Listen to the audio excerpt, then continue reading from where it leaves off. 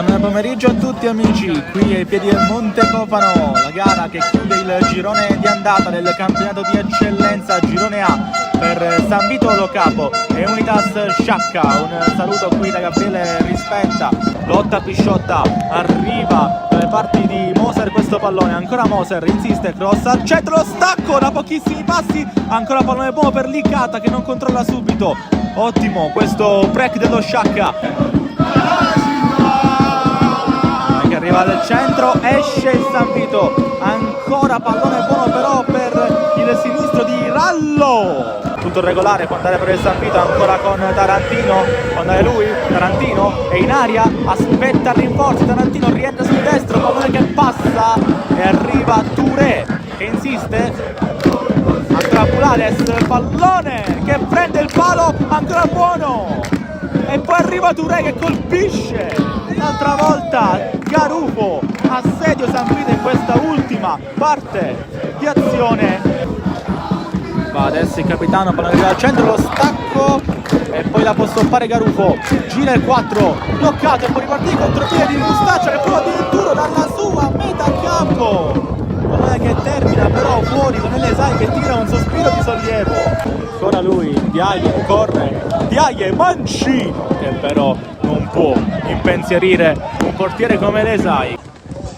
Portano Mustaccia, Elesai rischia, Guaiana incredibilmente davanti alla porta non riesce a mettere dentro il pallone per la corsa di D'Amico, pallone deviato qua.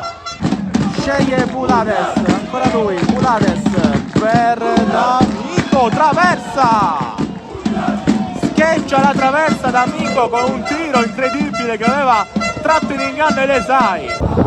A lungo, non c'è lo stacco, c'è Moser che ha provato in aria, non ha avuto però il killer instinct. Qua poi tentativo lunghissimo di Garufo che arriva adesso al centro, Santu preso in controtempo, comunque risponde Scalia.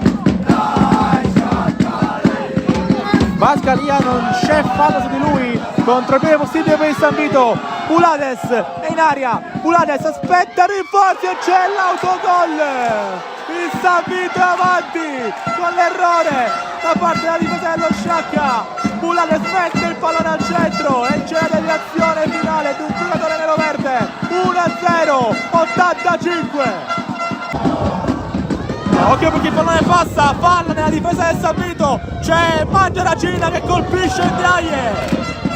Occhio a Garufo, lo scambio con Daleo che colpisce male ma il pallone è riciclabile dallo Sciacca. Tirone al limite, fermato, può andare il San Vito ma non c'è più tempo.